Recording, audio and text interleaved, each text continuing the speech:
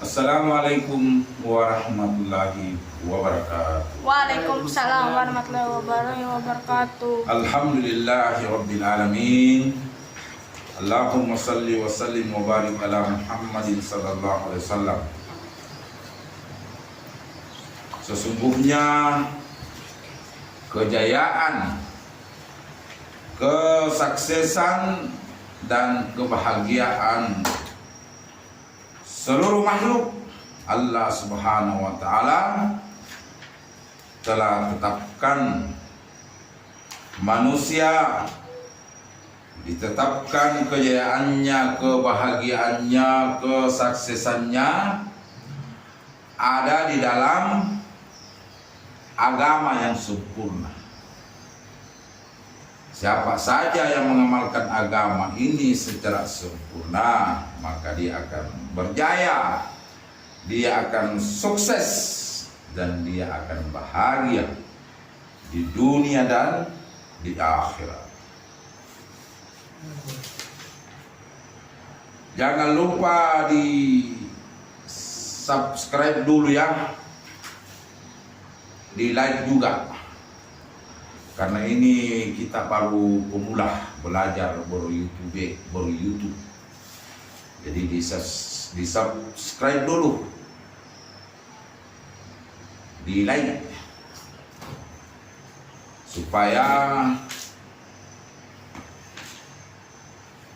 saya juga bisa dapat apa itu Poin.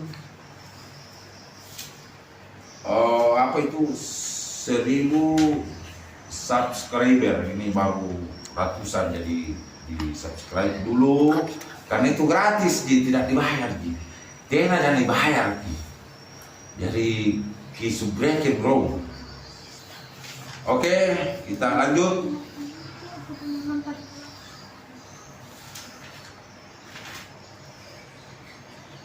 Bab ketiga. Jadi ini kisah-kisah sahabat, judulnya kisah-kisah sahabat.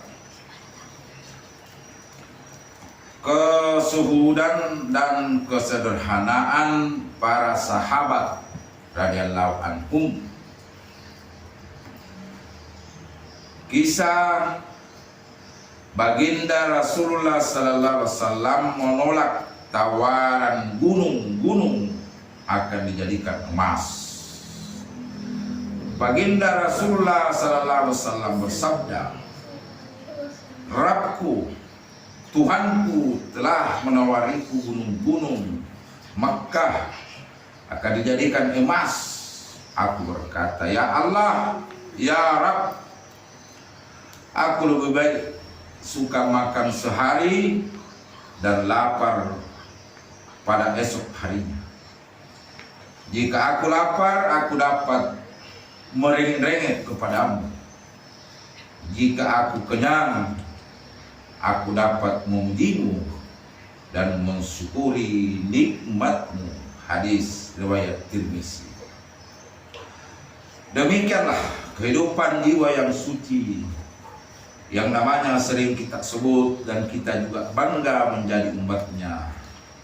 Untuk itu kita seharusnya selalu mengikuti beliau dalam segala hal. Kisah nasihat baginda Rasulullah sallallahu alaihi wasallam kepada Sayyidina Umar radhiyallahu an yang menginginkan kelapangan hidup, dan kisah kesederhanaan baginda Rasulullah sallallahu alaihi wasallam.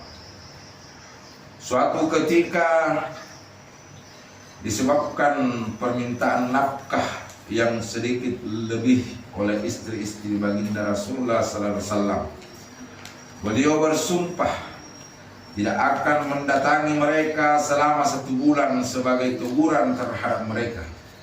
Baginda Rasulullah sallallahu alaihi wasallam tinggal seorang diri di kamar atas yang dibangun terpisah dari rumah beliau.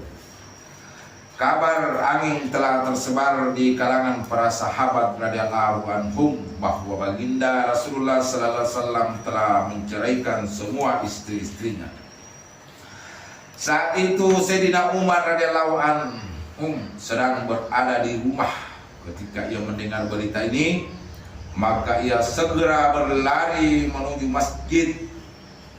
Di masjid terlihat para sahabat radhiyallahu anhum sedang duduk berpencar-pencar menangis karena takut akan kemarahan baginda Rasulullah sallallahu alaihi wasallam. Demikian juga kaum wanita menangis di rumah-rumah mereka. Sayyidina Umar radhiyallahu anhum segera menemui putrinya, yaitu Sayyidatina Hafsah radhiyallahu anha. Ia juga sedang menangis di kamarnya. Sayyidina Umar radhiyallahu anhum bertanya, "Mengapa engkau menangis? Bukankah selama ini aku telah memperingatkan kamu dari berbuat sesuatu yang dapat membuat baginda Rasulullah sallallahu alaihi wasallam marah?" Lalu Sayyidina Umar radhiyallahu anhu kembali ke masjid. Di sana terlihat sekelompok sahabat yang sedang duduk menangis di dekat mimbar. Ia pun ikut duduk bersama mereka sejenak. Namun kesedihan mendalam membuatnya tidak dapat duduk. Lalu ia bangun dan berjalan mendekati kamar baginda Rasulullah sallallahu alaihi wasallam.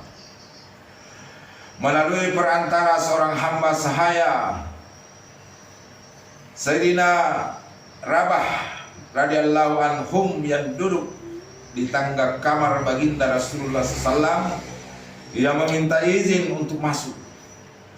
Sayyidina Rabah radhiyallahu anhum masuk dan meminta izin untuk Sayyidina Umar radhiyallahu anhum, tetapi beliau sama sekali tidak menjawab.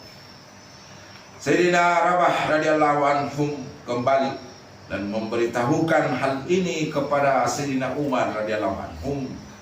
"Saya telah menyampaikannya, namun Rasulullah tidak menjawabnya." Sayyidina Umar radhiyallahu anhu pun putus asa dan kembali duduk di samping mimbar, namun tidak bisa duduk dengan tenang. Beberapa lama kemudian dengan perantara Sayyidina Rabah radhiyallahu anhu, Sayyidina Umar kembali mencoba meminta izin untuk menemui baginda Rasulullah sallallahu alaihi wasallam. Demikianlah hal yang berulang sampai 3 kali dan semuanya tidak mendapatkan jawaban. Di kali yang ketiga inilah ketika Sayyidina Umar akan kembali, Sayyidina Rabah berkata, "Sekarang kamu diizinkan masuk." Sayyidina Umar radhiyallahu anhu memasuki kamar baginda Rasulullah sallallahu alaihi wasallam. Ia melihat baginda Rasulullah sallallahu alaihi wasallam sedang berbaring di atas selai tikar tanpa alas kain sedikit pun, sehingga guratan tikar itu terlihat jelas di badan baginda Rasulullah sallallahu alaihi wasallam. Beliau berbantalkan kulit binatang yang berisi serabut kurma. Sayyidina Umar radhiyallahu anhu bercerita, "Aku memberi salam kepada baginda Rasulullah sallallahu alaihi wasallam. Yang pertama kali aku tanyakan kepada beliau, 'Apakah Tuan telah menceraikan istri-istri Tuan?' Beliau menjawab, 'Tidak.' Selepas itu, untuk menghibur hati baginda Rasulullah sallallahu alaihi wasallam, aku berkata, 'Ya Rasulullah, kita kaum Quraisy selalu menguasai kaum wanita kita. Tetapi ketika tiba di Madinah, mereka melihat kaum lelaki Ansar dikuasai oleh wanita mereka, sehingga wanita-wanita kita pun terpengaruh oleh mereka. Setelah itu aku berbicara beberapa ucapan yang membuat baginda Rasulullah sallallahu alaihi wasallam tersenyum cerah. Aku memperhatikan semua perabot di kamar baginda Rasulullah sallallahu alaihi wasallam. Ada 3 helai kulit yang belum disamak dan segenggam gandum kasar di salah satu pojok kamar. Aku melihat ke semua penjuru tempat itu dan aku tidak menjumpai benda lain selain benda-benda tadi. Melihat hal itu aku pun menangis. Baginda Rasulullah sallallahu alaihi wasallam bertanya, "Mengapa kamu menangis?" Aku menjawab, "Bagaimana aku tidak menangis, ya Rasulullah? Aku telah menyaksikan bekas guratan tikar di badanmu yang penuh berkah ini. Dan aku melihat keadaan kamar Tuhan di depanku. Aku berkata lagi, ya Rasulullah, berdoalah kepada Allah Subhanahu wa taala. Semoga Allah Subhanahu wa taala mengaruniakan kepada umatmu kelapangan. Orang-orang Parsi dan orang Romawi tidak beragama dan tidak menyembah Allah Subhanahu wa taala, namun mereka hidup mewah.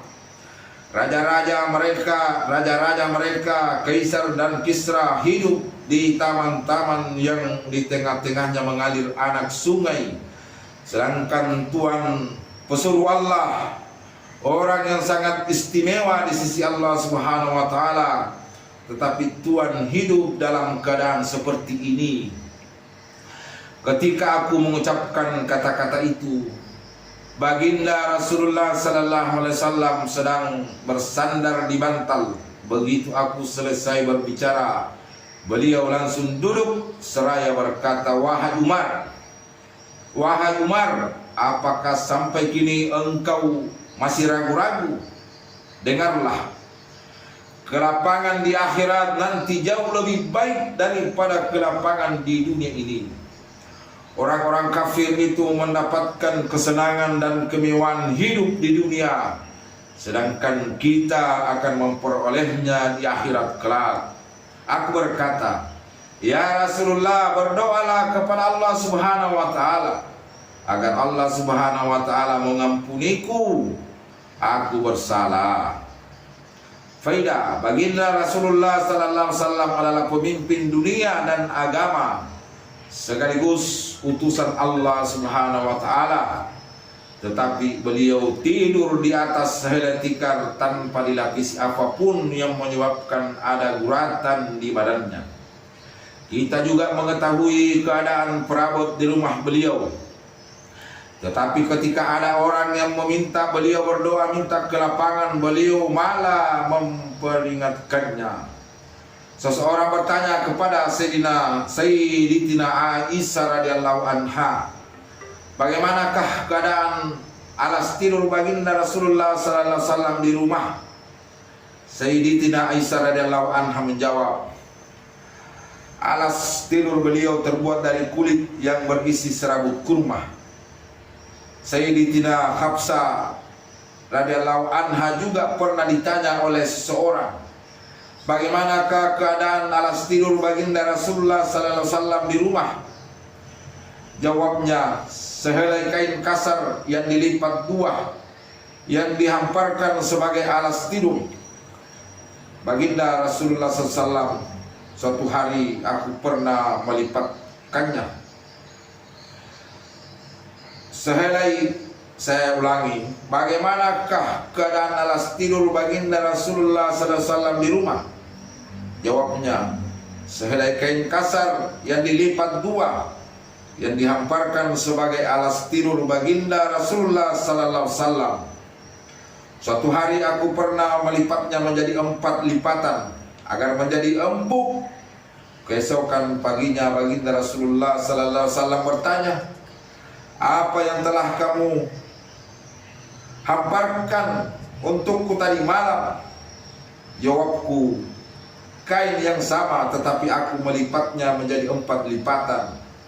Beliau menyahut, lipatlah seperti dulu.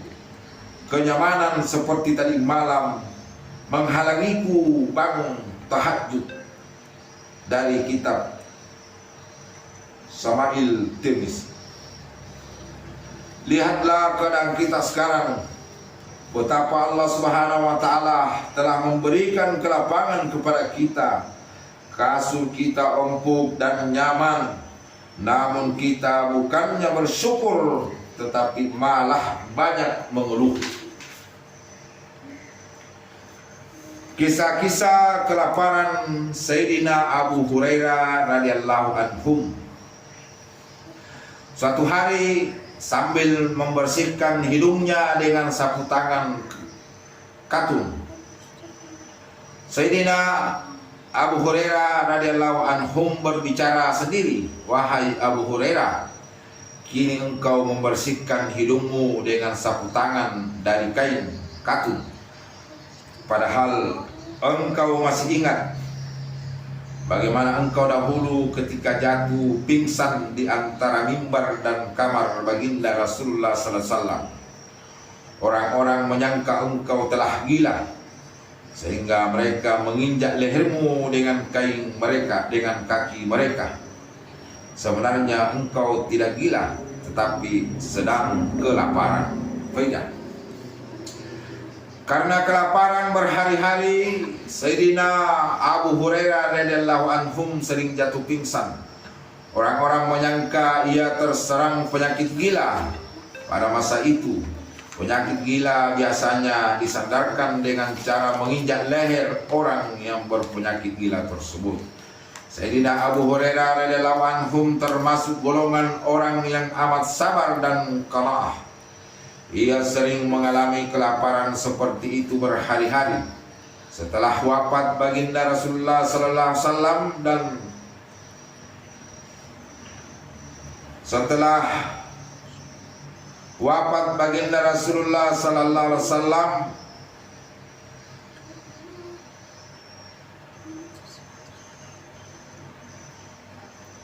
Sayyidina Abu Hurairah radhiyallahu anhum termasuk golongan orang yang amat sabar dan qanaah. Ia sering mengalami kelaparan seperti itu berhari-hari. Setelah wafat baginda Rasulullah sallallahu alaihi wasallam dan Allah Subhanahu wa taala memberikan kemenangan kepada umat Islam, maka datanglah kelapangan kepada Sayyidina Abu Hurairah radhiyallahu anhum. Meskipun demikian, ia tetap seorang ahli ibadah. Ia memiliki sebuah kantong berisi biji-biji kurma yang digunakannya untuk berzikir. Bila kantong itu telah kosong, maka hamba sahaya perempuannya memenuhinya kembali dan meletakkannya di samping Sayyidina Abu Hurairah radhiyallahu anhu. Salah satu amalan dia adalah dia sendiri, istrinya dan hamba sahayanya biasanya membagi malam menjadi 3 bagian secara bergiliran. Setiap orang sibuk beribadah. Dari kitab Tadsikratul Huffaz 4. Kisah gaji Sayyidina Abu Bakar radhiyallahu anhum dari Baitul Mal. Sayyidina Abu Bakar radhiyallahu anhum, seorang pedagang kain, setelah dilantik menjadi khalifah dengan membawa beberapa helai kain di tangannya, pagi-pagi ia berjalan menuju pasar untuk berjualan seperti biasanya. Di tengah jalan ia berjumpa dengan Sayyidina Umar radhiyallahu anhum. Sayyidina Umar radhiyallahu anhu menjawab, "Mau ke pasar? Mau ke mana?" Sayyidina Umar, di tengah jalan ia berjumpa dengan Sayyidina Umar radhiyallahu anhu. Sayyidina Umar bertanya, "Mau ke mana engkau?" Abu Bakar radhiyallahu anhu menjawab, "Mau ke pasar." Sahut Sayyidina Umar, "Jika engkau sibuk berdagang, lalu bagaimana tugas kehalifahanmu?" Jawab Sayyidina Abu Bakar, "Lalu bagaimana aku memberi makan keluargaku?" Sayyidina Umar berkata, "Mari kita menjumpai Abu Ubaidah yang dijuluki oleh baginda Rasulullah sallallahu alaihi wasallam sebagai orang kepercayaan umat, agar ia menentukan uang gaji untukmu dari Baitul Mal." Keduanya pun menjumpai Sayyidina Abu Ubaidah radhiyallahu anhum. Kemudian ditetapkanlah gaji untuk Sayyidina Abu Bakar radhiyallahu anhum yang jumlahnya sebesar keperluan makan seorang muhajirin biasa, bukan dari golongan kaya dan juga bukan dari golongan miskin. Suatu hari istrinya berkata kepada Sayyidina Abu Bakar radhiyallahu anhu, "Aku ingin makan sedikit manisan." Sayyidina Abu Bakar menjawab, "Aku tidak memiliki uang untuk membelinya."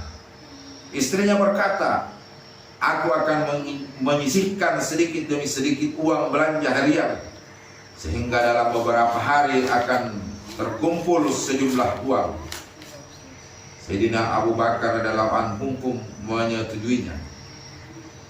Akhirnya dalam beberapa hari, istri Sayyidina Abu Bakar radhiyallahu anhu bisa mengumpulkan sedikit uang.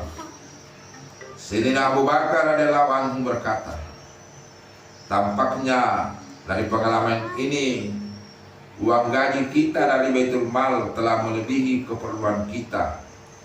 Lalu Sayyidina Abu Bakar radhiyallahu anhu mengembalikan uang yang sudah dikumpulkan oleh istrinya itu ke Baitul Mal.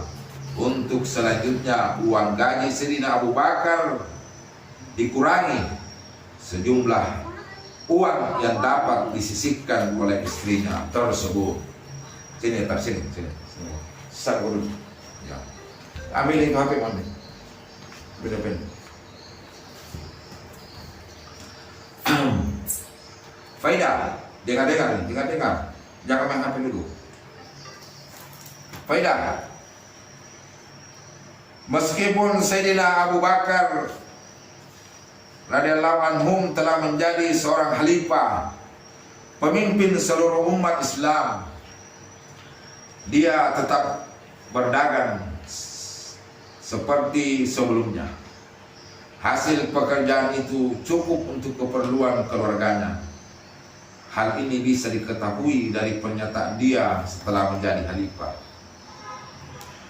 Diriwayatkan oleh Imam Bukhari rahmatullah alaihi dari Sayyidatina Aisyah radhiyallahu anha, ketika Sayyidina Abu Bakar telah menjadi khalifah, ia berkata, "Kaumku mengetahui bahwa pekerjaanku adalah berdagang. Itu telah mencukupi keluargaku.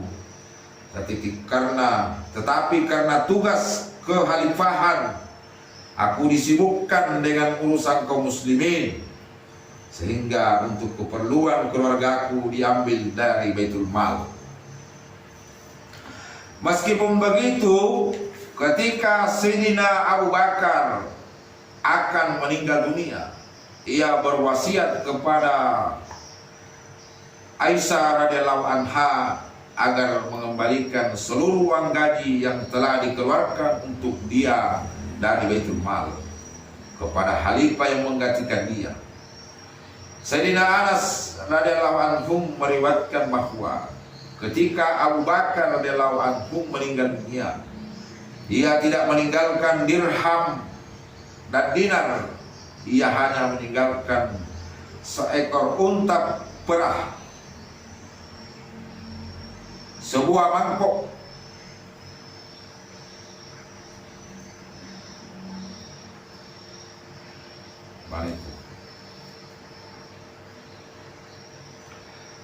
Sayyidina Anas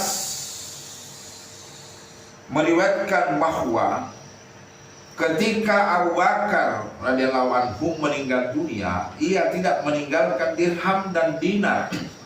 Ia hanya meninggalkan seekor unta perah, sebuah mangkok, dan seorang hamba sahaya.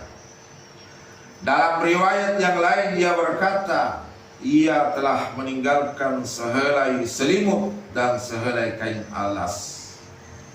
Sehelai selimut dan sehelai kain alas.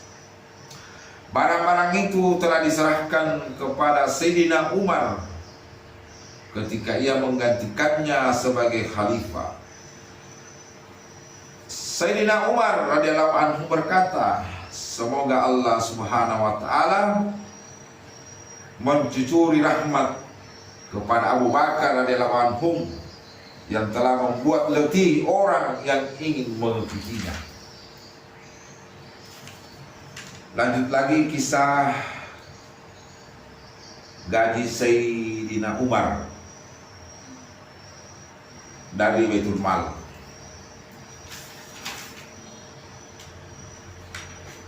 Jadi kalau sudah ini, nah kita sudahi dulu ya. Satu lagi kisah. Kisahnya kisah gaji Sayyidina Umar radhiyallahu anhum dari Baitul Mal. Sayyidina Umar radhiyallahu anhum juga seorang pedagang.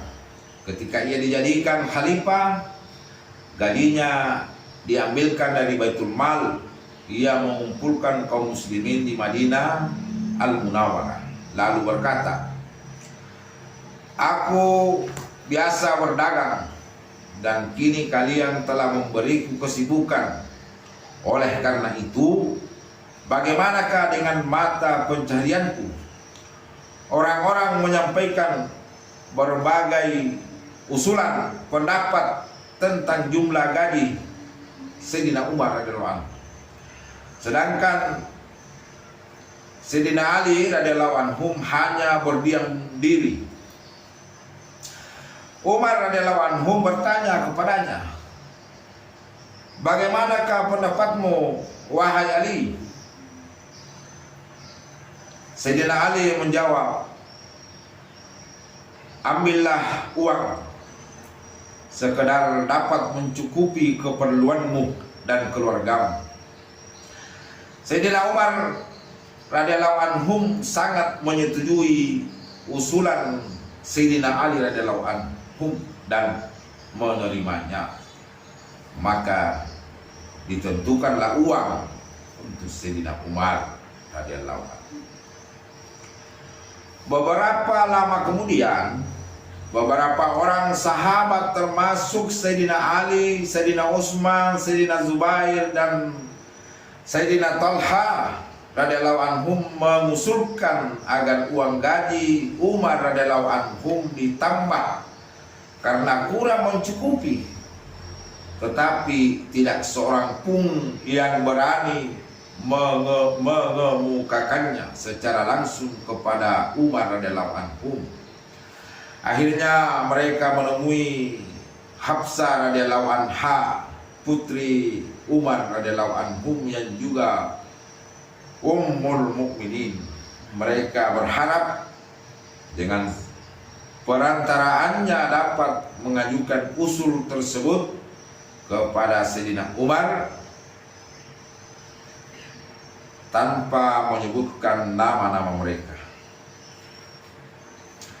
Ketika Hafsah radhiyallahu anha mengajukan usul tersebut, maka nampak raut marah pada wajah Sayyidina Umar radhiyallahu anhu. Dia bertanya, "Siapakah yang mengusulkan ini?" Sahut Hafsah radhiyallahu anha, "Jawablah dulu bagaimana pendapatmu." Sayyidina Umar radhiyallahu anhu berkata, "Andaikan aku tahu siapa mereka, niscaya aku akan menampar wajah mereka. Hafsah, ceritakanlah kepadaku tentang pakaian baginda Rasulullah sallallahu alaihi wasallam yang terbaik yang ada di rumahmu."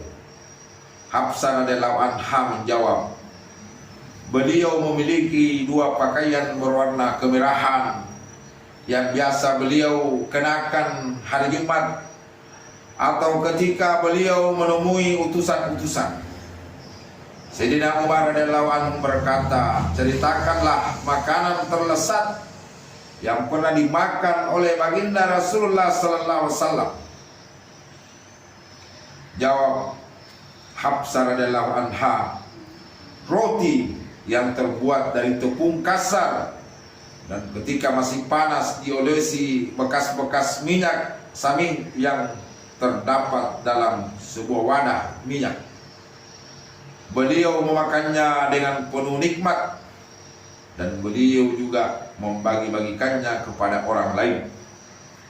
Sayyidina Umar radhiyallahu anhu berkata, ceritakanlah apa alas tidur terbaik yang pernah digunakan oleh baginda Rasulullah sallallahu alaihi wasallam di rumahmu. Hafsah radhiyallahu anha menjawab, sehelai kain kasar. Pada musim panas kain itu dilipat 4, dan pada musim dingin separuh digunakan untuk alas tidurnya dan separuh lagi untuk selimutnya. Sayyidina Umar radhiyallahu anhu berkata, "Nah, Hafsah, kini sampaikan kepada mereka bahwa baginda Rasulullah sallallahu alaihi wasallam telah menunjukkan satu cara kehidupan yang aku harus mengikutinya. Kerisauannya hanya akhirat. Perumpamaanku dengan 2 orang sahabatku, yaitu baginda Rasulullah sallallahu alaihi wasallam dan Abu Bakar radhiyallahu anhum, seperti 3 orang yang sedang melalui sebuah jalan. Orang yang pertama telah pergi dengan perbekalannya dan telah sampai ke tempat tujuan. Demikian juga orang yang kedua, ia telah mengikuti jalan orang yang pertama sehingga ia pun telah sampai ke tempat tujuan. Orang yang ketiga, kini ia baru memulai perjalanannya. Jika ia menempuh jalan yang telah ditempuh oleh 2 orang yang sebelumnya, maka ia akan menjumpai keduanya. Jika ia tidak menempuh jalan orang yang mendahulunya, tentu ia tidak mungkin bisa bertemu dengan mereka selamanya." Faidah, inilah contoh kehidupan seseorang yang sangat ditakuti oleh para raja-raja saat itu. Namun ia menjalani kehidupannya dengan subut. Suatu hari dia berkhutbah di depan para sahabatnya dengan mengenakan kain sarung dengan 12 tambalan. Salah satunya ditambal dengan kulit. Suatu ketika ia terlambat datang ke masjid untuk menunaikan salat Jumat. Ia berkata kepada jamaah, "Maafkan aku terlambat, karena aku harus mencuci pakaianku terlebih dahulu. Aku tidak memiliki baju lain untuk dipakai." Pernah terjadi juga suatu ketika Sayyidina Umar radhiyallahu anhum sedang menikmati makanannya. Lalu datanglah pelayannya memberitahu bahwa Utbah bin Abi Farqad radhiyallahu anhum ingin menemuinya. Setelah Umar radhiyallahu anhum mengizinkan Utbah radhiyallahu anhum masuk, ia mengajak Utbah makan bersama. Utbah radhiyallahu anhum pun menerima tawaran itu, tetapi roti yang dihidangkan adalah roti tebal dan keras sehingga sulit ditelan. Ia bertanya, "Mengapa engkau tidak menggunakan tepung halus untuk roti?" Jawab Umar radhiyallahu anhu, "Apakah semua orang Islam mampu memakan roti dari tepung halus?" Sahut Utbah radhiyallahu anhu, "Tidak semua." Umar radhiyallahu anhu berkata, "Tampaknya kamu ingin agar aku menghabiskan kelezatan hidupku hanya di dunia ini, sehingga aku tidak dapat bagian di akhirat." Wah. Kisah-kisah seperti ini bukan hanya berjumlah ratusan atau ribuan, tetapi ratusan ribu. Kini umat Islam sudah tentu tidak bisa mencontoh kehidupan mereka karena tidak memiliki kemampuan baik dari segi lahiriah maupun batiniah. Oleh karena itu, pada zaman sekarang